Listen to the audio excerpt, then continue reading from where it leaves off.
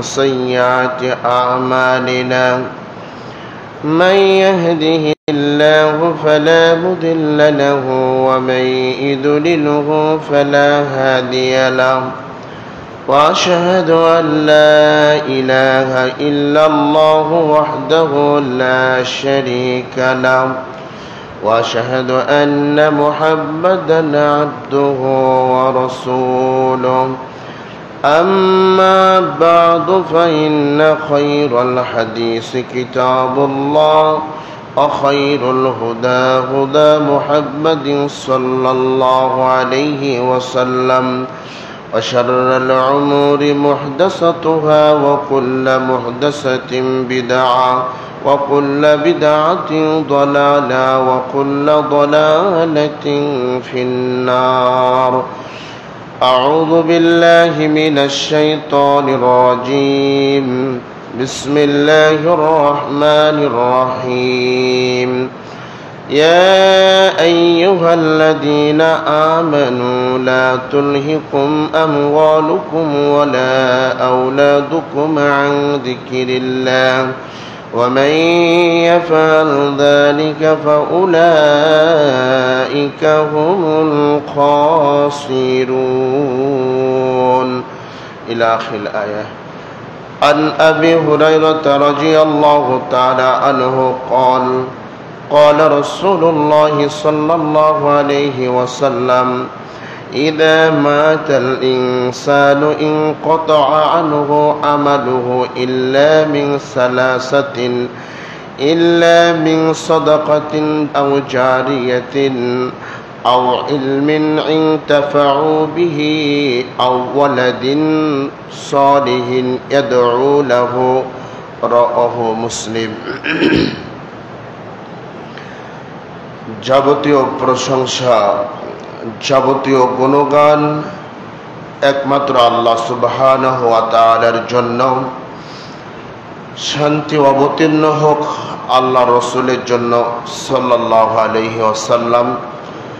আজকের সংক্ষিপ্ত সময়ের আলোচনার বিষয় হচ্ছে আদর্শ সন্তান গঠনে পিতামাতার দায়িত্ব কর্তব্য। এ সম্পর্কে এক গুরুত্বপূর্ণ সংক্ষিপ্ত আলোচনা পেশ করার চেষ্টা করব ইনশাআল্লাহুল আজিজ। ওয়ামা তাওফিকি ইল্লা বিল্লাহ আলাইহি তাওয়াক্কালতু ওয়া ইলাইহি উনীব। সম্মানিত উপস্থিতি, আমরা গত সপ্তাহে আজকের বক্তব্যেরই আলোচনা করছিলাম আদর্শ সন্তান গঠনে পিতামাতার দায়িত্ব কর্তব্য কি। তারই ধারাবাহিকতায় আজকে কিছু কথা বলবো ইনশাআল্লাহ। সম্মানিত উপস্থিতি, আল্লাহ সুবহানাহু ওয়া তাআলা পবিত্র কোরআনুল কারীমের মধ্যে বলেন, ইয়া আইয়ুহাল্লাযীনা আমানু ইন্না মিন আজওয়াজিকুম ওয়া আওলাদিকুম আদুওয়াল লাকুম। হে ঈমানদারগণ, নিশ্চয় তোমাদের কোনো কোনো স্ত্রী কোনো কোনো সন্তান তোমাদের দুশ্মন। সূরা তাগাবুন 14 নম্বর আয়াত আল্লাহ সুবহানাহু ওয়া তাআলা বলছেন, হে ঈমানদারগণ, নিশ্চয় তোমাদের কোনো কোনো স্ত্রী কোনো কোনো ছেলে মেয়ে তোমাদের চিরন্তন দুশ্মন। ফাহযারুহুম, তাদের ব্যাপারে সতর্ক থাকো।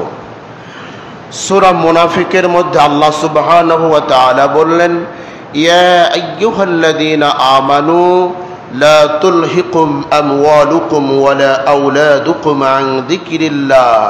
হে ঈমানদারগণ, তোমাদের ধন সম্পদ, তোমাদের সন্তান সন্ততি যেন তোমাদেরকে আল্লাহর স্মরণ থেকে বিমুখ না করে, আল্লাহর স্মরণ থেকে যেন গাফেল না করে।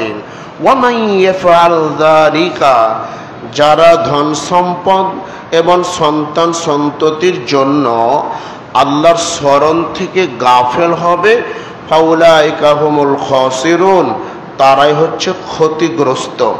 সম্মানিত উপস্থিতি, দুটি আয়াত থেকে আমরা যেটা জানতে পারলাম সেটা হলো, এক নাম্বার, মানুষের দুনিয়াতে বড় বিপদ হচ্ছে স্ত্রী। স্ত্রীর কারণ একজন পুরুষ ধ্বংস হবে। 2 নম্বর পৃথিবীতে ধ্বংসের 2 নম্বর কারণ হচ্ছে সন্তান সন্ততি, ছেলে মেয়ের জন্য একজন মানুষ ধ্বংস হবে। 3 নম্বর যে কথাটা বের হয়ে এসেছে তা হলো ধন সম্পদ। ধন সম্পদের কারণে মানুষের দুনিয়াতে বিপদ নেমে আসবে, ইহকালও নষ্ট হয়ে যাবে, পরকাল নষ্ট হয়ে যাবে। এই 3টি জিনিস আমাদের কাছে খুবই গুরুত্বপূর্ণ। এই 3টি জিনিস থেকেই আপনাকে আমাকে সতর্ক থাকতে হবে যদি আপনি আমি পরকালে জান্নাত অর্জন করতে পারি। আবার এই 3টি জিনিসের মাধ্যমে আপনি জান্নাত অর্জন করতে পারবেন। আদর্শ সন্তান যদি তৈরি করতে পারেন, আদর্শ স্ত্রী যদি নির্বাচন করতে পারেন, ধন সম্পদ আল্লাহ দিয়েছে এটা যদি ভালো রাস্তায় খরচ করতে পারেন, এই 3টার মাধ্যমে আবার জান্নাত রয়েছে। এই 3টি যেমন আপনার ধ্বংসের কারণ, এই 3টি আবার আপনাকে জান্নাতে নিয়ে যাওয়ার অন্যতম মাধ্যম। সম্মানিত উপস্থিতি, এই জন্য আপনাকে আমাকে আদর্শ সন্তান গঠনে খুবই গুরুত্বপূর্ণ ভূমিকা রাখতে হবে। রাসূল সাল্লাল্লাহু আলাইহি ওয়াসাল্লাম বলেন, ইদা মাতাল ইনসানু ইনকাতা আনহু আমালুহু। মানুষ যখন মৃত্যুবরণ করে, মানুষ যখন মারা যায়, তখন তার যাবতীয় আমলের দরজা বন্ধ হয়ে যায়, আর কোনো আমল করার তার সুযোগ থাকে না। সমস্ত আমলের দরজাগুলো বন্ধ হয়ে যায়। খারাপ আমলের দরজা বন্ধ হয়ে যায়, ভালো আমলের দরজা বন্ধ হয়ে যায়। ইল্লা মিন সালাসাতিন, তবে 3টি আমল ব্যতীত। 3টি আমলের সওয়াব, 3টি আমলের নেকি মানুষ কবর থেকেও পেতে থাকবে। 1 সাদাকাতিন জারিয়াতিন, চলমান দান, সদকায়ে জারিয়া। মসজিদ মাদ্রাসা নির্মাণ করে গেলেন, কোনো ইয়াতিমখানা নির্মাণ করে গেলেন, একজন মানুষ বা একটা মহল্লার মানুষ পানি পান করতে পারে না, ওখানে একটা টিউবওয়েল দিয়ে দিলেন, বর্তমান সময়ের একটা মোটর পুঁতে দিলেন, সাবমার্সেল পুঁতে দিলেন। ওই জায়গা থেকে যত মানুষ, যত পশু পাখি, যত জীবজন্তু পানি পান করবে, আপনি মরার পরে ওই সওয়াবগুলো কবর থেকে পেতে থাকবেন। মরার পরে এই আমলটা জারি থাকবে। 2 নম্বর আও ইলমিন ইনতাফাউ বিহি, উপকারী জ্ঞান। জ্ঞান 2 প্রকার। এক জ্ঞানের মাধ্যমে মানুষ উপকার পেয়ে থাকে, আর এক জ্ঞানের মাধ্যমে মানুষ পৃথিবীতে ধ্বংস হয়ে থাকে। উপকারী জ্ঞান, যে জ্ঞানের মাধ্যমে মানুষ উপকৃত হতে পারে, যেই জ্ঞানের মাধ্যমে মানুষ উপকার পেতে পারে, এরকম একটা জ্ঞান যদি পৃথিবীতে রেখে যেতে পারেন। আপনি মনে করেন মাদ্রাসার একজন শিক্ষক আপনার ওই ছাত্রটাকে কোরআন শিক্ষা দিয়েছেন, ওই ছাত্রটা আবার আরেকজনকে কোরআন শিক্ষা দিয়েছে। এই যে সিলসিলা জারি, যতগুলো সওয়াব অর্জন হবে, আপনি যে প্রথম তৈরি করে গেলেন, এই তৈরি করার পরে যত মানুষ ওই জায়গা থেকে উপকৃত হবে, সকল নেকিগুলো আপনি কবর থেকে পাবেন। নাম্বার 3, আওয়ালাদিন সালিহিন, সৎ সন্তান, ইয়াদউ লাহু, যে তার জন্য দোয়া করবে। সৎ সন্তান যে তার জন্য দোয়া করবে, এই দোয়ার ওসিলায় আপনি কবর থেকে সওয়াব পেতে থাকবেন। তাহলে আমরা উক্ত হাদিস থেকে বুঝতে পারলাম 3টি আমল মানুষের জারি থাকে। এই 3টি আমল ব্যতীত অন্যান্য আমলের দরজাগুলো বন্ধ হয়ে যায়। 1 সদকায়ে জারিয়া, 2 উপকারী ইলম, 3 সৎ সন্তান যে তার জন্য দোয়া করে। এখানে একটি কথা বলে আমি সামনে আগাচ্ছি। এই যে সদকায়ে জারিয়া যে কথাটা এখানে বলা হয়েছে, ঠিক উল্টা ভাবে আপনি চলে যান। আপনি উল্টা ভাবে চলে যান। মসজিদ মাদ্রাসা নির্মাণ করে গেলে যেমন সদকায়ে জারিয়া হিসাবে আপনি কবরের নেকি পাবেন, ঠিক তার উল্টোটা আপনি যদি নাইট ক্লাব তৈরি করে যান, সিনেমার হল তৈরি করে যান, পতিতলায় তৈরি করে যান, গান বাজনা বাজবে এরকম জায়গা যদি তৈরি করে যান, পার্কের মতন জঘন্য জায়গা যদি তৈরি করে যান, যেখানে নারী পুরুষ একাকার হয়ে সকলেই ওখানে গিয়ে আনন্দ ফুর্তি করে। আরে বাংলাদেশে যত পার্ক আছে, আর বাংলাদেশ কেন, সারা পৃথিবীতে যত পার্ক আছে, এ সমস্ত পার্কগুলো হচ্ছে একটা জেনা ব্যভিচারের আড্ডাখানা। এরকম পার্ক তৈরি করে গেলে, এরকম নাইট ক্লাব তৈরি করে গেলে, এরকম গান বাজনার জায়গা তৈরি করে গেলে, ওই জায়গাতে এসে যত মানুষ যত পাপ করবে তার কিছু সোয়াব বলে সম্পূর্ণ সব আপনার কবরে চলে যাবে। সোয়াব মানে বুঝতে পেরেছেন? সম্পূর্ণ পাপ। পৃথিবীর সমস্ত মানুষ যদি ওই পার্কে এসে, ওই নাইট ক্লাবে এসে যত পাপ করবে, আপনি একলাই তত পাপ কবর পাবেন। এই জন্য সদকায়ে জারিয়া যেমন গুরুত্বপূর্ণ, আবার উল্টা ভাবে এটাও আর একটা গুরুত্বপূর্ণ, এদিকে ভূমিকা রাখতে হবে। এই জন্য কোনো খারাপ কিছু তৈরি করে যাওয়া যাবে না। সম্মানিত উপস্থিতি, রাসূল সাল্লাল্লাহু আলাইহি ওয়াসাল্লাম বলেন, ইন্নার রাজুলা লা তুরফাউ মিনাল লা তুরফাউ দারাজাতুহু মিনাল জান্নাহ, নিশ্চয় জান্নাতের মধ্যে মানুষের সম্মান বৃদ্ধি করা হবে। এত সম্মান বৃদ্ধি হবে, এত মর্যাদা বৃদ্ধি হবে, যার মর্যাদা বৃদ্ধি করবে সে অবাক হয়ে যাবে। সে বলবে, ফায়াকুলু আন্না হাদা, আমি এত কেন সম্মানিত হয়েছি, আমার এত কেন সম্মান বৃদ্ধি করা হয়েছে, আমার সম্মান কেন বাড়িয়ে দেওয়া হয়েছে, আমি তো এত সম্মান পাওয়ার যোগ্য নই, আমার সম্মান কেন এত বৃদ্ধি করে দেওয়া হয়েছে। ফায়ুকালু, তখন তাকে বলা হবে, বিইস্তিগফারি ওয়ালাদিহি, তোমার জন্য তোমার সন্তান পৃথিবীতে দোয়া করেছে।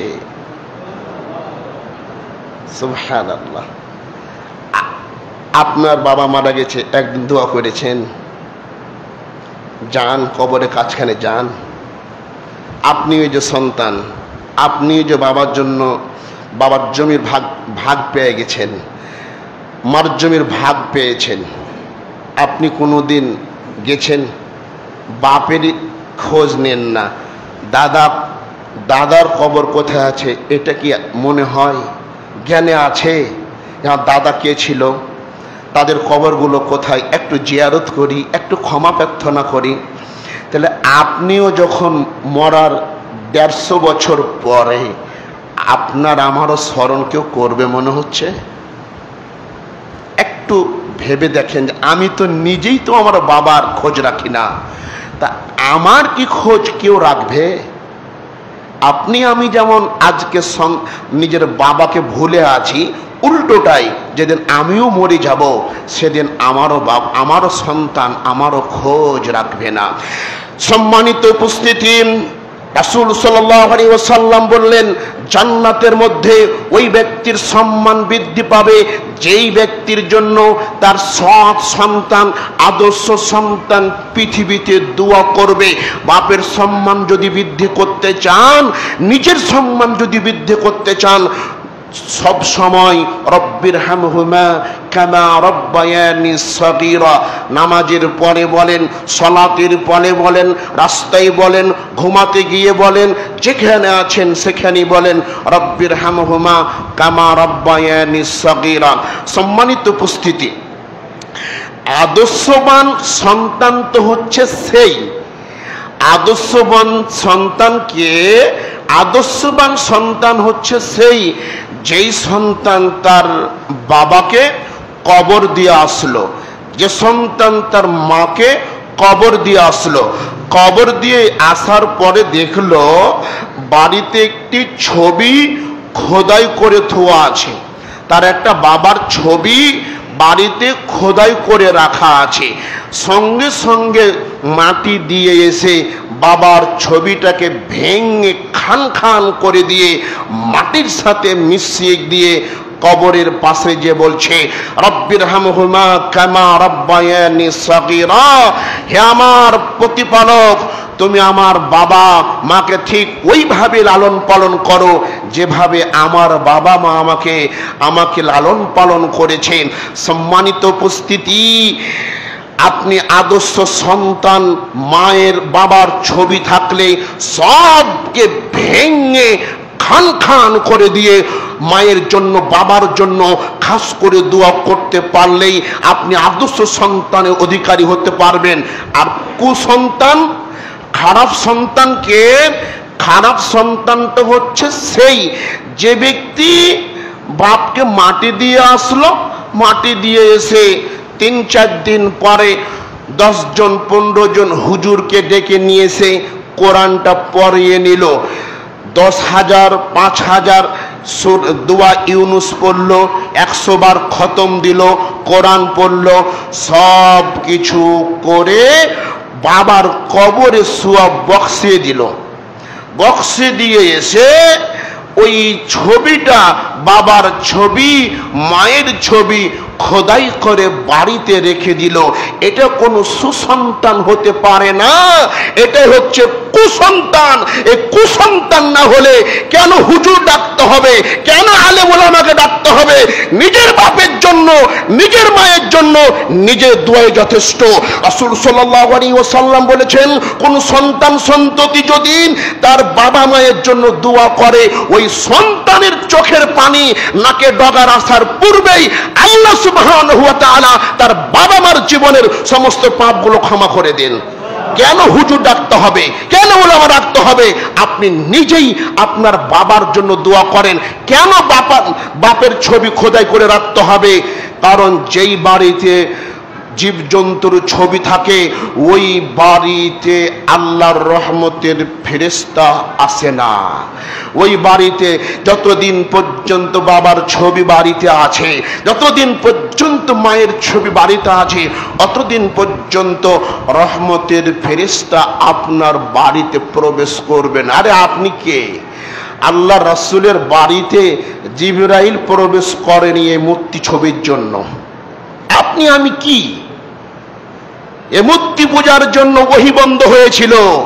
আল্লাহ রাসূলের বাড়িতে কুকুর ছিল, জিবরাইল আসবে, কিন্তু কুকুর দেখার পরে দেখলো বাড়িতে কুকুর আছে, এই জন্য আবার জিবরাইল ফিরে গেল।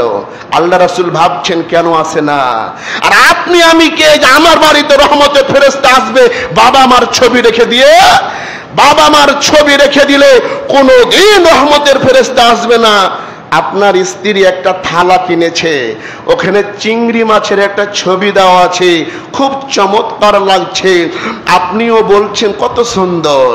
আপনার মা বলছে এরকম হয় না, একটা প্লেট কিনেছে চিংড়ি মাছের ছবি দিয়েছে, একটা আয়না কিনেছে, আয়নার পিছনে নায়ক নায়িকার ছবি দেওয়া আছে, একটা বালতি কিনেছে, ওখানে ডলফিন মাছের ছবি দেওয়া আছে, দেখতে কত চমৎকার। আপনার সুকেশে বাঘের ছবি থোয়া আছে, আপনার সুকেশে বিভিন্ন পশু পাখির ছবি থোয়া আছে, দেখতে কত মজা লাগে। আবার ওই ঘরে নামাজ পড়েন, ওই ঘরে তাহাজ্জুদ পড়েন, আপনি চিন্তাও করে দেখলেন না যে আমার বাড়িতে কি রহমতের ফেরা আসতে পারছে? আরে ছোট্ট বাচ্চাটা যে বাথরুম করে, পায়খানা করে, ওই যে পট কিনে দিয়েছেন, পটটা ঘোড়ার ছবি। চিন্তা করতে পারেন না যে আমরা কোন পর্যায়ে যে পৌঁছে যাচ্ছি। অথচ মুসলমান হচ্ছে মূর্তি ভাঙ্গার জাতি। এই যে 5 আগস্ট আমাদের বাংলাদেশ আবার দ্বিতীয়বার স্বাধীন হয়েছে, এদেশের মুসলমান জানিয়ে দিয়েছে মুসলমান কখন মূর্তি পূজা করতে পারে না। সমস্ত মাথা মোটার মূর্তিগুলোকে ভেঙে খান খান করে দিয়েছে। এদেশে একদিন অবশ্যই ইসলামের পতাকা পক করে উঠবে, যেই দিন বাংলাদেশে কোনো মানুষের ছবি থাকবে না, কোনো কবর পূজা থাকবে না, সবকে ভেঙে খান খান করে দেওয়া হবে। এ হলো মুসলমান জাতি, মূর্তি ভাঙার জাতি, মূর্তি তৈরি করতে পারে না। অথচ আপনার সুকেশের মধ্যে কেন বাঘের ছবি রাখা হলো? আপনার সুকেশের মধ্যে কেন পাখির ছবি রাখা হলো? আপনার বিবেক কি ধরে না যে এগুলো করা ঠিক নয়? সুন্দর কথা বলেছে আবু সাইদ ভাইয়ের বাবা যে আমার ছেলের জন্য কোনো ভাস্কর্য তৈরি করতে হবে না। একটা রিক্সাওয়ালা, তার আকীদা কত সুন্দর, বাংলাদেশ সরকার বলেছে তার জন্য একটা ভাস্কর্য, একটা মূর্তি তৈরি করে দিই। সে ভাইয়ের বাপ বলছে যে আমার ছেলের জন্য কোনো ভাস্কর্যের প্রয়োজন নয়, আমার ছেলের জন্য কোনো মূর্তির প্রয়োজন নয়। আমার ছেলের জন্য যদি কিছু করতে হয় তাহলে একটা মসজিদ তৈরি করে দেন, একটা মক্তব তৈরি করে দেন, একটা মাদ্রাসা তৈরি করে দেন, যেটা আমার ছেলে সওয়াব পাবে। আর আমরা খোদাই করে রাখছি। এবার আপনি আসেন, রাসূল সাল্লাল্লাহু আলাইহি ওয়াসাল্লাম বলছেন ওয়া ইন্না মিম্মা আতাখাওয়াফু মিনহু আলা উম্মতি, আমার উম্মতের ব্যাপারে, ও সমস্ত ব্যক্তির ব্যাপারে, আমার উম্মতের ও সমস্ত ব্যক্তিদের ব্যাপারে অধিক ভয় হয়। আমি খুব ভয় পাই, আমাকে খুব ভয় লাগে। ওই সমস্ত ব্যক্তিদের কথা চিন্তা হলেই আমার খুব ভয় হয়। কে? এক, আইম্মাতাম মুদিল্লিনা, পথভ্রষ্ট আলেম উলামা, পথভ্রষ্ট নেতা নেত্রী, পথভ্রষ্ট আলেম উলামাই ধর্মের ক্ষতি করবেন, পথভ্রষ্ট আলেম ওলামাই ধর্মকে বিকৃতি করবে। সম্মানিত উপস্থিতি, আপনাদেরকে একটি বুঝাই, জায়নামাজে দাঁড়িয়ে একটি দোয়া বলতে হয়, এদেশে প্রচলিত আছে। ইন্নী ওয়াজ্জাহতু ওয়াজহিয়া লিল্লাযী ফাতারাস সামাওয়াতি ওয়াল আরদা হানিফান ওয়া মা আনা মিনাল মুশরিকিন। এটা জায়নামাজে বলে বাংলাদেশে প্রচলিত রয়েছে। আপনি বিশ্বাস করেন আকাশের নিচে জমিনের উপরে জায়নামাজের দোয়া বলতে কোনো দোয়া নাই। কোন মায়ের বেটা যদি শক্তি থাকে প্রমাণ করতে পারে যে জায়নামাজে দাঁড়িয়ে কোনো দোয়া বলতে হয়তো করে দেখাক, ওকে মৃত্যু পর্যন্ত সময় দিয়ে গেলাম। জায়নামাজে দাঁড়িয়ে কোনো দোয়া নেই। ইন্নী ওয়াজ্জাহতু ওয়াজহিয়া লিল্লাযী, যেই দোয়াটি পাঠ করা হয়, এই দোয়াটি রাসূল সাল্লাল্লাহু আলাইহি ওয়াসাল্লাম তাকবীরে তাহরিমা বলার পরে কখনো কখনো বলেছেন। তাকবীরে তাহরিমা পড়ার পরে আল্লাহুম্মা বাইদ বাইনি কখনো কখনো বলেছেন, সুবহানাকা আল্লাহুম্মা বিহামদিকা ওয়া তাবারাকা ইসমুকা ওয়া তাআলা জাদ্দুকা ওয়া লা ইলাহা গায়রুক, কখনো কখনো এই দোয়া বলেছেন। কখনো কখনো ইন্নী ওয়াজ্জাহতু ওয়াজহিয়া লিল্লাযী ফাতারাস সামাওয়াতি ওয়াল আরদা হানিফান ওয়া মা আনা মিনাল মুশরিকিন, এগুলো তাকবীরে তাহরিমা বলার পরে বলেছেন। আর আমার মতো কিছু পাঞ্জাবিওয়ালা, টুপিওয়ালা, পাগড়িওয়ালা বলছে এটা জায়নামাজের দোয়া। তাহলে ধর্মের ক্ষতি করছে কে? আমার মতো আলেম ওলামা। এবার আপনি আসেন, হুজুর আমি তো আম পাবলিক, আমি তো সাধারণ মানুষ, আমি কিভাবে সঠিক ধর্ম বাছাই করব? আপনাকেও আল্লাহ একটা সুন্দর পরামর্শ দিয়েছেন, উজুহাত দিয়ে কিয়ামতে পার পাবেন না। কি আল্লাহ বলছেন? ফাসআলু আহলা যিকরি ইন কুনতুম লা তা'লামুন, হে অজানা মানুষেরা, তোমরা যারা জানো না, তোমরা জ্ঞানী মানুষকে জিজ্ঞাসা করো। জিজ্ঞাসা করার পরে বলবে বিল বাইয়িনাতি ওয়াজ জুবুর, আপনি যে কথাটা বললেন তার পিছনে দলিল আছে তো? আয়া মাসুদুর রহমান, আমার কথা কেন আপনি মানবেন? কারো কথা মানবেন না। যেই কথাটা বলছে ওর কথার পিছনে দলিল আছে কি না, তাহলে আপনি মানবেন। আর এই সূত্র যদি মনে রাখতে পারেন আর বাস্তবায়ন করতে পারেন, তাহলে সঠিক ধর্ম পাবেন। আর যদি আপনি এটাকে যদি উল্টে ভেঙে ফেলে দেন, আপনার ভাগ্যে কোনো দিন সঠিক ধর্ম আসবে না। একটাই সূত্র, আলেম ওলামার কাছে যাবেন। এই যে আমি জায়নামাজে দাঁড়িয়ে যে দোয়াটি বলছি, এই কোন হাদিসে উল্লেখ করা আছে? আমাকে হাদিস নাম্বারটা দেন। আর আমি যে কথা বলছি এই হাদিস নাম্বার কথা আছে, আপনি আমার কাছ থেকে নিয়ে যান। যখনই আপনি বাছাই করা শুরু করবেন তখনই সঠিক ধর্ম পেয়ে যাবেন।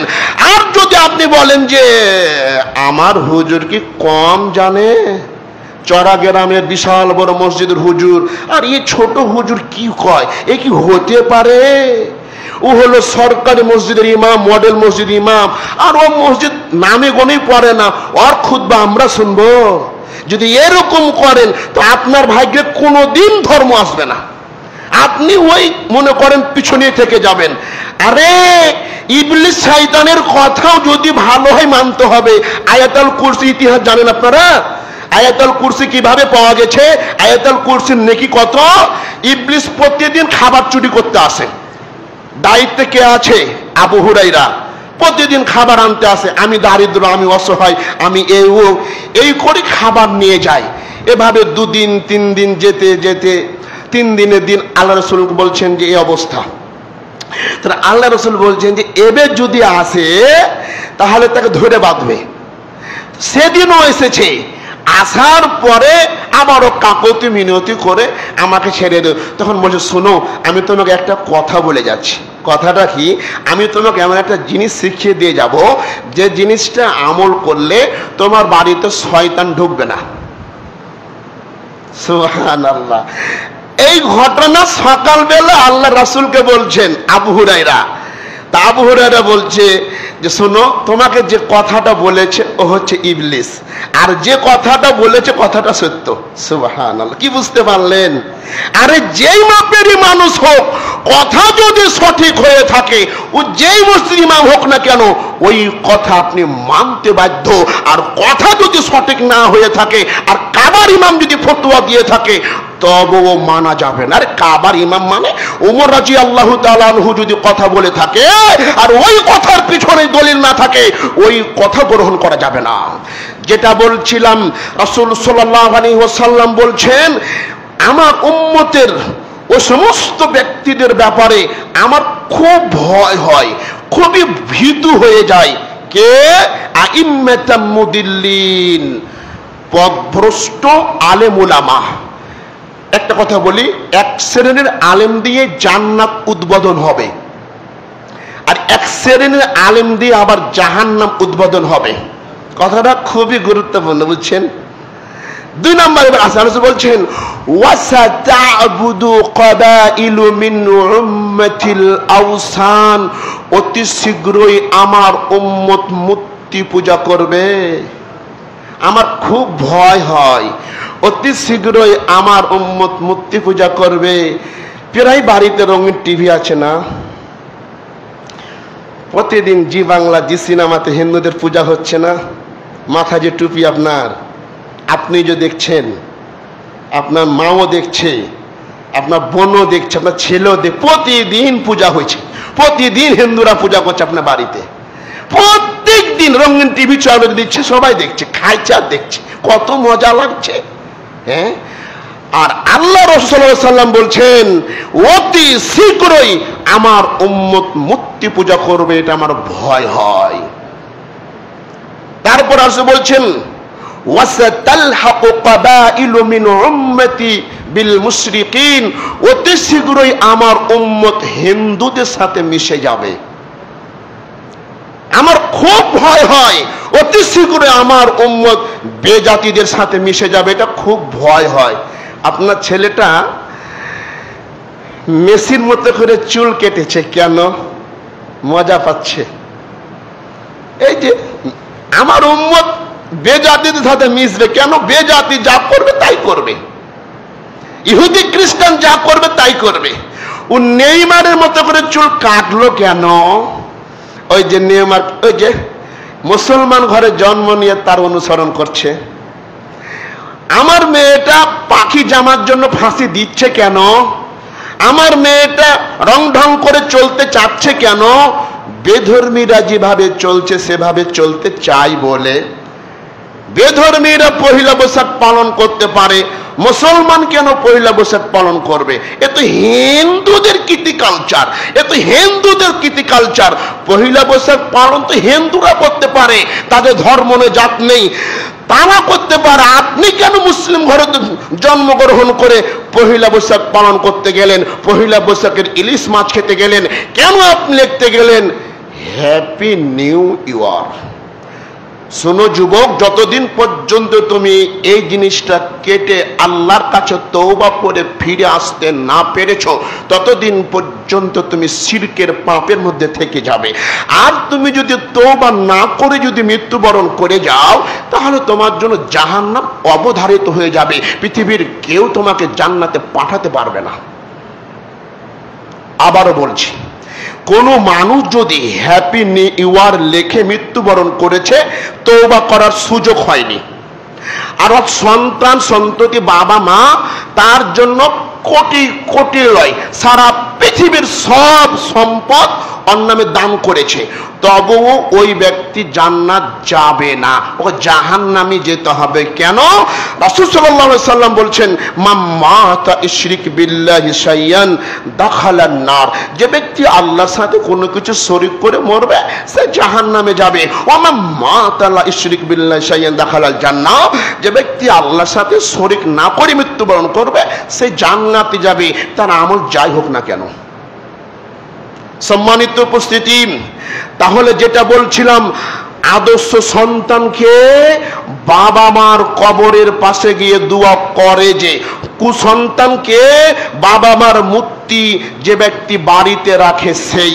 এই জন্য আপনাকে আমাকে অবশ্যই এগুলো মেনে চলতে হবে। এবার আমরা আসি আদর্শ সন্তান গঠন করার জন্য যে কাজগুলো আপনাকে আমাকে করতে হবে, তার মধ্যে আমরা সেদিন যা বলেছিলাম, আজকে তারই ধারাবাহিকতা। সন্তানের বয়স যখন 7 দিন হবে, তখন একজন মুসলমান পিতার চারটি কাজ করতে হবে। সন্তান ছেলে হোক মেয়ে হোক, বয়স যখন 7 দিন হয়ে যাবে, তখন তাকে চারটি কাজ করতে হবে। এক, ওই ছেলেটার জন্য সুন্দর একটা আকিকা দিতে হবে। কুল্লু গুলামিন রাহিনাতুন বিআকিকাতিহি, সকল সন্তান আকিকার সাথে আবদ্ধ থাকে, আকিকা দিতে হবে। 2 নাম্বার, ওই ছেলের একটা সুন্দর নাম রাখতে হবে। 3 নাম্বার, ওই ছেলেটার মাথার চুলগুলো কেটে ফেলতে হবে। 4 নাম্বার, চুল পরিমাণ রূপ্য সদকা করতে হবে। ছেলে মেয়ের বয়স যখন 7 দিন হয়ে যাবে, তখন একজন বাবার চারটি কাজ। 1, আকিকা দিতে হবে। আকিকা দিবে কে? বাবা না মা নাকি দাদা দাদি? আকিকা দেওয়ার জন্য সবচাইতে বেশি হকদার হচ্ছে বাবা। বাবার সমর্থন না থাকলে মা দিবে, আরে মা বাবার সমর্থন না থাকলে দাদা দাদি দিবে, আরে দাদা দাদি দিতে না পারলে নানা নানি দিবে। রাসূল সাল্লাল্লাহু আলাইহি সাল্লাম হাসান ইবনে আলীর জন্য নিজে আকিকা দিয়েছেন। সুবহানাল্লাহ। তাহলে আকিকা কে দিবে? বাবা মা দিবে, দাদা দাদি দিতে পারে, নানা নানি দিতে পারে, একজন দিলেই হবে। তবে সবচেয়ে বেশি হকদার হচ্ছে বাবা, বাবাকেই আকিকা দিতে হবে। আকিকার গোশত কি বাবা মা খেতে পারবে? কত পুঢঙ্গা কথা কহেন তো এগুলো। বাংলাদেশে এটা প্রচলিত, বাবা মা নাকি বলে আকিকার গোশত খেতে পারবে না, নানা নানি নাকি বলে আকিকার গোশত খেতে পারবে না। আকিকার গোশত বাবা মা তো খাবে, আত্মীয় স্বজনকে দিয়ে খাবেন। আকিকা ও কুরবানি, আকিকার সাথে কুরবানির কোনো সম্পর্ক আছে কি? জি না, আকিকার সাথে কুরবানির কোনো সম্পর্ক নাই। আকিকার সাথে কুরবানির কোনো সম্পর্ক নাই। আকিকা আপনাকে 7 দিনের দিন দিতে হবে। 7 দিনের দিন আকিকা দেওয়াটা হচ্ছে সুন্নাত। আর 7 দিনের দিনই যদি আপনার সন্তান হয়, আর যদি ওই দিনই কুরবানির ঈদ চলে আসে, তাহলে আপনার সমর্থন থাকলে আপনি আকিকাও দিবেন, কুরবানিও দিবেন। আপনার সমর্থন না থাকলে আপনি আকিকা দেওয়ার প্রাধান্য দিবেন। আর যদি কোনো সমর্থন না থাক, তাহলে কিছু দিবেন না। কথা আবার বুঝেন, ঈদের দিন যদি সন্তানের বয়স 7 দিন হয়, কুরবানি ঈদের দিন যদি 7 দিন বয়স হয়, সেদিন যদি আপনার সমর্থন থাকে আপনি আকিকাও করবেন, কুরবানিও করবেন। আর যদি সমর্থন না থাকে তাহলে শুধু আকিকা দিবেন। আর যদি সমর্থন নাই থাকে তাহলে আপনি কোনোটাই দিবেন না। সম্মানিত উপস্থিতি, আরেকটি কথা বাংলাদেশে প্রচলিত আছে, বাবা মার আকিকা না দেওয়া হলে ছেলে মেয়ের কি আকিকা দেওয়া যাবে? এটা ডাহা একটা মিথ্যা কথা। অবশ্যই তার বাবা মা দিতে পারেনি, সে এখন সমর্থন হয়েছে, সে এখন তার সন্তান সন্ততির আকিকা দিতে পারে। আরেকটি প্রশ্ন, 7 দিনের পরে কি আকিকা চলে? জি চলে। 7 দিনের পরেও আকিকা দিতে পারবেন, তবে উত্তম হচ্ছে 7 দিনের দিন আকিকা দেওয়া, এটাই সুন্নাহ পদ্ধতি। আর 7 দিনের পরে যেটা আছে এটা হলো জায়েজ, দেওয়া যেতে পারে, তবে সবচেয়ে উত্তম হচ্ছে 7 দিনের দিন আকিকা দেওয়ার চিন্তা ভাবনা করবেন। এবার আপনি আসেন, ছেলে হলে 2টি, মেয়ে হলে 1টি। ছেলে হলে 2টি ছাগল, মেয়ে হলে 1টি ছাগল। এবার ছেলে জন্ম নিয়েছে কিন্তু একটা মাত্র ছাগল কেনার সমর্থন আছে, এবার কি হবে? জি হবে। যদি আপনার একটা মাত্র ছাগল কেনার সমর্থন থাকে আপনি একটাই দেন। ছেলে হলে 2টি ছাগল, মেয়ে হলে 1টি ছাগল। ছেলে জন্ম নিয়েছে, 2টি ছাগল কেনার টাকা হচ্ছে না, আপনি একটা কিনে দিয়ে দিন, তাতেই আপনার আকিকা হয়ে যাবে। সম্মানিত উপস্থিতি, আরেকটা কথা হচ্ছে যে এই আকিকার গোশত বন্টন করতে হবে কিভাবে? যেভাবে কুরবানির গোশত খান সেভাবে বন্টন করার চেষ্টা করবেন। সম্মানিত উপস্থিতি, আকিকার যে পশু, এই পশুর কি বয়স হতে হবে? হাদিস কোরআনের মধ্যে আকিকার পশুর কত বয়স হতে হবে এটা নির্ধারিত নাই, কুরবানির জন্য নির্ধারিত আছে। কুরবানির জন্য আপনার কোন পশুর কেমন বয়স হতে হবে? ছাগল হলে আপনার 1 বছর হতে হবে, 6 মাসের হলে হয়ে যায়, গরু হলে 2 বছর, এই যে একটা বয়স আছে। কিন্তু আকিকার পশুর জন্য কোনো বয়স কোরআন ও হাদিসে নির্ধারণ করা হয়নি। তবে অনেকেই হাদিস এটা নিয়ে এসেছে যে 6 মাসের পশু যেহেতু কুরবানি দেওয়া যেতে পারে, তার মানে যে ছাগলটার গোশত খাওয়া যেতে পারে সেটা কুরবানি আকিকা দেওয়া যেতে পারে। এটা মতামতের ব্যাপার। সম্মানিত উপস্থিতি, আকিকা দেওয়ার পরে সুন্দর একটা নাম রাখবেন। নাম রাখা আছে কেতম। কি নাম? কেতম। গেদা, গেদু, সেদু, ওয়াসিম, কুমার। কার নাম গলা বলছি? মুসলমানের সন্তানের নাম, এগুলা বর্তমান সময়। আর যদি বাপ যদি একটু শিক্ষিত হয়েছে রে ভাই, ওই যে ওর ছেলের নাম রাখে, তো মনে করো যে 1 কিলোমিটার লম্বা, আগ্রাম বাগ্রাম ফাগ্রাম বকতে বকতে বকতে লাস্টে এসে কি যে কয় বোঝা যায় না। শিক্ষিত মান সবাই না, অধিকাংশ মধ্যে যদি বাংলা শিক্ষিত হয়ে থাকে তো নাম এত লম্বা, নাম তো দাঁত মুখ ভেঙে পড়ে। নাম রাখতে হবে আব্দুল্লাহ, আব্দুর রহমান। নবীদের নামে নাম রাখবেন ইব্রাহিম, মোসা, সুলাইমান, এভাবে নাম রাখবেন। আপনার নবীদের স্ত্রীর নামে নাম রাখবেন, রহিমা রাখবেন, আসিয়া রাখবেন, আয়েশা রাখবেন, হাজেরা রাখবেন। কত সুন্দর সুন্দর নাম আছে। এই নামগুলো বাদ দিয়ে আজকে কিসের যে আগ্রাম বাগ্রাম নাম রাখছি। নাম রেখেছে রঞ্জু, ওর মুখে দাঁড়িয়ে নাই। এখানেও আরেকজন ব্যক্তির নাম দাঁড়িয়ে আছে, ওর নামও রঞ্জু, ওর মুখে দাঁড়িয়ে নাই। এ কি মুসলমান কি হিন্দু? দুটা কি বোঝা যায় না। কি করতে হবে? এখন কাপড় চেনে দেখতে হবে ওর চামড়া কাটা আছে না নাই। মানে এরকম অবস্থা হয়ে গেছে নামের দিক দিয়ে। নাম যদি খারাপ হয়, ছেলেটা বড় হলে সমাজে লাঞ্ছিত হয়, মানুষ অপমান করে ডাকে। আর চাপায় না বা বন্ধু তো বলতে হয় না, নামটা বাপ সুন্দর করে রেখেছে মিলন, তো নামটা মিললে। বাংলাদেশের মধ্যে 64টি জেলার মধ্যে পেরা জেলা তেমন পেরা যাওয়া আছে, তো নামের বিকৃতি আমাদের চাঁপাইনবাবগঞ্জের মতো অন্য কোনো জায়গাতে হয় না। নামটা সুন্দর করে আর বাপ রেখেছে আব্দুল কাদির, তো ওই জায়গায় কাদির হবে বাপতে আছিস। এই যে আমাদের নামের বিকৃতি। আরেকটা, আল্লাহ রসুলের কাছে যখন কোনো খারাপ নাম আসতো তখন আল্লাহ রসুল ওই নামগুলোকে পরিবর্তন করে ভালো নাম রাখতেন। এখনো যাদের নাম খারাপ আছে এই নামগুলো পরিবর্তন করে ভালো একটা নাম রাখার চেষ্টা করবেন। তাহলে সন্তানের বয়স যখন 7 দিন হবে সেদিন বাবা মার দায়িত্ব কয়টি? 4টি। 1, আকিকা দিবে। 2, সুন্দর নাম রাখবে। 3, মাথার চুলগুলো কেটে ফেলবে। 4, মাথার চুলের পরিমাণ রূপ্য সদকা করবে, দান করবে। সন্তান যখন একটু বড় হলো তখন সন্তানের খাতনা দিতে হবে। খাতনার কি কোনো বয়স আছে? খাতনার কোনো নির্ধারিত বয়স নেই। খাতনার কোনো নির্ধারিত বয়স নেই। ইব্রাহিম আলাইহিস সালাম 80 বছরে খাতনা করেছেন। আল্লাহ রাসূলের কাছে একজন ব্যক্তি ইসলাম গ্রহণ করার জন্য আসলেন, ওর নাম মনে হয় আব্দুল উজ্জা বা উজাইর এরকম একটা নাম আছে। তখন আল্লাহ রাসূল বললেন, তোমার কুফরি অবস্থায় মাথার যে চুল ছিল চুলগুলো কেটে ফেলো আর খাতনা করো। যদি কোনো মানুষ বয়স হয়ে মুসলিম মুসলমান ধর্ম গ্রহণ করে ওর জন্য খাতনা করাটা উত্তম। যদি করে, না করলে কোনো সমস্যা নয়, তবে করাটা উত্তম। খাতনার কোনো বয়স নেই। তবে আজকালকে বৈজ্ঞানিক বা ডাক্তারদের যে কথা, ছোটকালে খাতনা করে দিলে বাচ্চাদের জন্য সমস্যা কম হয়।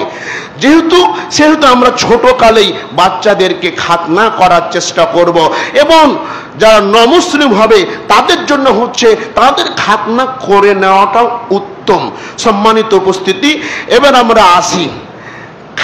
আমরা ছেলে মেয়ের আকিকা দিতে পারি না ঠিকই, কিন্তু চামড়া কাটার অনুষ্ঠান ঠিকই করতে পারি। চামড়া কাটার অনুষ্ঠান বলতে পেরেছেন, কেটে দিল যে আগাটা, চামড়া কাটা বুঝেননি? মুসলমানি দেওয়া সুন্নাতে খাতনা, সুন্নাতে খাতনার অনুষ্ঠান করতে পারে। হ্যাঁ, ও আকিকা দিতে পারেনি, ওর ছেলের আকিকা দেওয়ার ওর সমর্থন হয়নি, কিন্তু মুসলমানের অনুষ্ঠান ঢাক ঢোল পিটিয়ে দিতে পারে। ভাইজান, এগুলো শরীয়ত সম্মত নয়, এগুলো শরীয়ত পরিপন্থী কাজ। এগুলো থেকে আপনাকে বাঁচতে হবে, এগুলো করা যাবে না। আল্লাহ রাসূলের জামানায় তার সাহাবা একরাম, আল্লাহর নবী কেউ এভাবে কখনো মুসলমানি দিয়ে সুন্নাতে খাতনা করে অনুষ্ঠান করেছে এরকম প্রমাণ পাওয়া যায় না। সেহেতু আপনি আমিও কখনো সুন্নাতে খাতনার কোনো অনুষ্ঠান আপনি আমি করব না। সুন্নাতে খাতনা করাটা সুন্নাহ, আমরা এজন্য করব, কিন্তু এটার কোনো অনুষ্ঠান আমরা ঢাক ঢোল পিটিয়ে করব না। এটা ইসলাম পরিপন্থী কাজ, এটা ইসলাম সমর্থন করে না। সম্মানিত উপস্থিতি, খাতনা করা হয়ে গেল। এবার সন্তান যখন একটু বড় হচ্ছে, এবার সন্তানকে শিষ্টাচার শিক্ষা দেন। ছেলেকে বলেন, আব্বু, মানুষকে দেখলে রাস্তায় সালাম দিবা। আব্বু, যখন খেতে বসবা ডান হাতে খাবা, বিসমিল্লাহ বলে খাবা। আব্বু, যখন বাথরুমে যাবা তখন বাথরুমে যে দোয়া আছে এ দোয়াটি বলে ঢুকবা। বাথরুম থেকে বের হয়ে আব্বু তুমি এ দোয়াটি বলবা, গুফরানাকা দোয়াটি বলবা। আব্বু, তুমি যখন মসজিদে ঢুকবে তখন আল্লাহুম্মা ইফতাহলি আবওয়াবা রাহমাতিক বলবা। আব্বু, যখন তুমি মসজিদ থেকে বের হবে তখন তুমি আল্লাহুম্মা ইন্নী আসআলুকা মিন ফাদলিক। আব্বু, তুমি যখন উযু শুরু করবে তখন তুমি বিসমিল্লাহ বলে শুরু করবে। আব্বু, যখন উযু শেষ হয়ে যাবে তখন আব্বু তুমি কালেমা শাহাদাত পড়বে, তার সাথে এটা বলবে, আল্লাহুম্মা জাআলনি মিনাত তাওয়াবিনা ওয়া জাআলনি মিনাল মুতাতাহহিরিন। আব্বু, তোমার বাবা মার জন্য রব্বিরহামহুমা কামা রাব্বায়ানি সগীরা, এই দোয়াগুলো পড়বে। এই দোয়াগুলো আপনার সন্তানকে যদি আপনি শিক্ষা দিতে পারেন, এই শিক্ষা পেয়ে আপনার সন্তান যত আমল করবে, যত সওয়াব অর্জন করবে, আপনি বাবা কবরে থেকে অত সওয়াব অর্জন করতে পারবেন। যেই ভাগটা আমাদের মসজিদের ইমাম পেয়ে গেছে, আমাদের মসজিদ ইমাম পাচ্ছে, নুরানি মাদ্রাসার হুজুর পেয়ে যাচ্ছে, হাফিজি মাদ্রাসার হুজুর পেয়ে যাচ্ছে। এতক্ষণ যে কথাগুলো বললাম যে বাবাকে এভাবে মিষ্টি মিষ্টি ভাষা করে শিখাতে হবে, এগুলো শিখাতে কি মাদ্রাসা যাওয়ার প্রয়োজন লাগে? বাবা মা যদি আদর্শবান হয়, ছেলের বয়স 3-4 বছর থেকে যখন কথা বলতে শিখেছে তখনই তো এগুলো শিখে নিবে। কিন্তু আমরা নিজেরা তো জানি না, হুজুর বয়স 80 কোটায় পৌঁছে গেছে, কালেমা শাহাদাতই বলতে পারি না। আর কালেমা শাহাদাত যে কজন জানি তো মনে করেন যে ঠ্যাং ভেঙে ফেলি উচ্চারণ করতে যায়। বুঝতে পেরেছেন? বাংলাদেশের 100% মানুষের মধ্যে মনে করেন 90% মানুষ কোরআন পড়তে পারে না, 10% পারে, তার মধ্যে 5% কোরআনের হক একবারে মেরে ফেলে। অক্ষরকে মনে করে চাবিয়ে চিবিয়ে যত হক ছিল শেষ। আর 5% মানুষ কোরআন পড়তে পারে ভালো করে, তারা আবার মসজিদগুলোতে চাকরি করে না। আমি বুঝাতে পারলাম না, মসজিদে ভালো শিক্ষিত মানুষ খুব কম পাবেন। 5 ওয়াক্ত নামাজ পড়াছে কে, ওই দেশের মুরব্বী চলে গেছে ওই পড়াছে, ওরও পড়া সহি শুদ্ধ নাই, গ্রামের মানুষও চলছে যেমন তেমন করে, দিন চলে গেলেই হলো। মসজিদ তো মসজিদ, এটা কোনো আমরা গুরুত্ব মনে করি না। সব কিছুর আপনাকে একটা বুঝাই আমি, কুল হু আল্লাহু আহাদ, এ শব্দের অর্থ কি জানেন? হে রাসূল আপনি বলেন যে আল্লাহ এক, এটা বড় কপ দিয়ে 2 নোক্তাওয়ালা কপ দিয়ে বললেন। এখন যদি ছোট কাপটা দিয়ে বলি, কাপলাম পেশ কুল, কুল হু আল্লাহ মা জানেন, কুল খাও তুমি।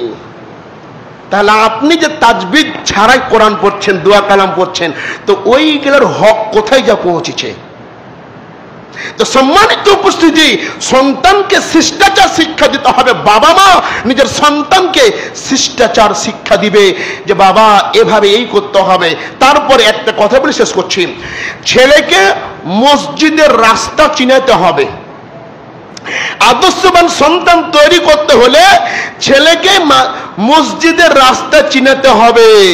আপনার ছেলে পার্কে যাওয়ার রাস্তা চিনে, আপনার ছেলে জুয়া খেলতে কোথায় হয় এটা চিনে, আপনার ছেলে মদ খাওয়ার রাস্তা চিনে, আপনার ছেলে বিভিন্ন জায়গায় ফুটবল খেলতে হয় এটা চিনে, স্কুল যেতে হয় চিনে, কলেজ যেতে হয় চিনে, কিন্তু কোন রাস্তা দিয়ে মসজিদ যেতে হয় এটা চিনে না, জানে না। যেখান দিয়ে মসজিদ গেলে নামাজটা পড়িতে হবে এটা জানে না।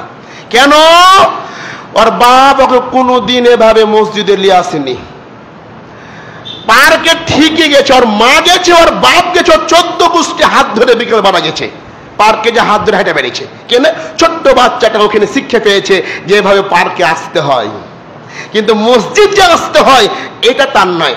ইব্রাহিম আলাইহিস সালাম হচ্ছে আবুল আম্বিয়া, সমস্ত নবীদের পিতা, আর তার ছেলের নাম হচ্ছে ইসমাইল আলাইহিস সালাম, তার আরেক ছেলের নাম হচ্ছে ইসহাক আলাইহিস সালাম। অনেক নবী হচ্ছে তার বংশধর। এবার দেখেন আল্লাহ বলছে আনতাইহির বাইতিয়া লিত-তাইফিন, ইব্রাহিম তুমি এবং তোমার ছেলে মসজিদের খাদেম হও, মসজিদটা ঝাড়ু দাও।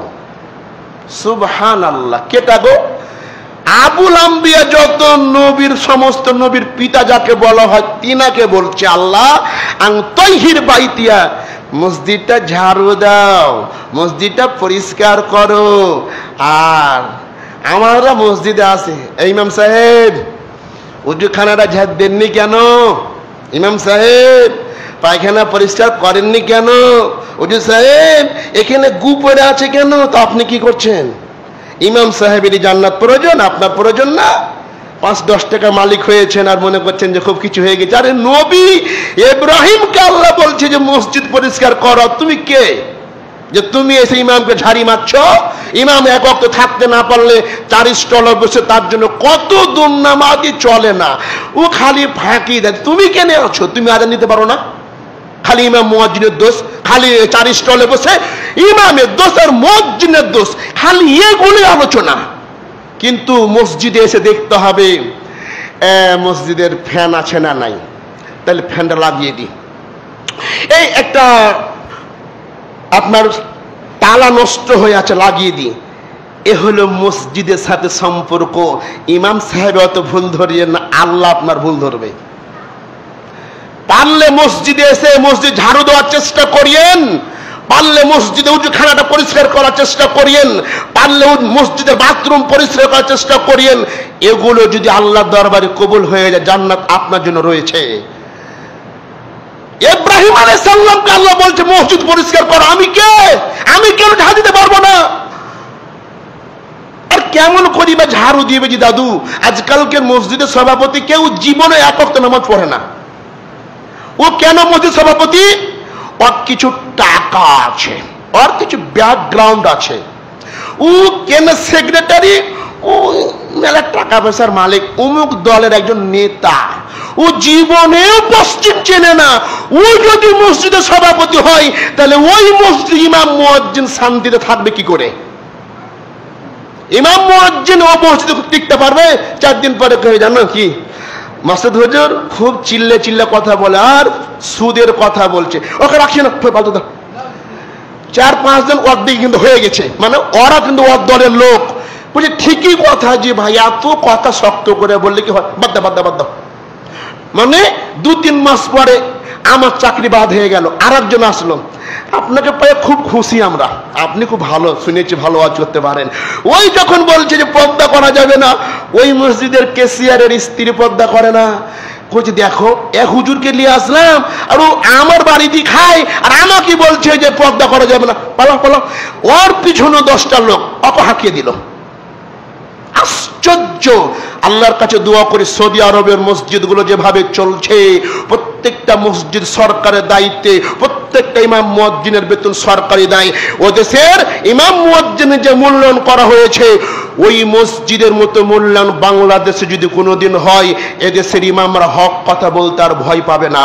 এদেশের ইমামরা বুক খুলে কথা বলবে, সুদের বিপক্ষে, ঘুষের বিপক্ষে, পদ্মার যে কথা রয়েছে সব কথাগুলো বলবে। কিন্তু আজকে বলতে গেলে ইমাম সাহেবও চিন্তা করে আমার পেট চালাইতে হবে, তাদের চাকরি থাকছে না তো। আর 4-5টা মসজিদ পাল্টে দিলে এর ইমাম ভালো না হয়ে টিকতে পারে না। চিন্তা করেছেন? মানে হক কথা বলে তার সমস্যা। তো যেটা বলছিলাম, সন্তানের সম্পর্ক তৈরি করতে হবে কার সাথে? মসজিদের সাথে। এই যে কয়েকটি কথাগুলো বললাম, এগুলো একটু আমল করেন। আরো যে দায়িত্বগুলো আছে সামনের সপ্তাহে বলে শেষ করবে ইনশাআল্লাহ। আল্লাহ সুবহানাহু ওয়া তাআলা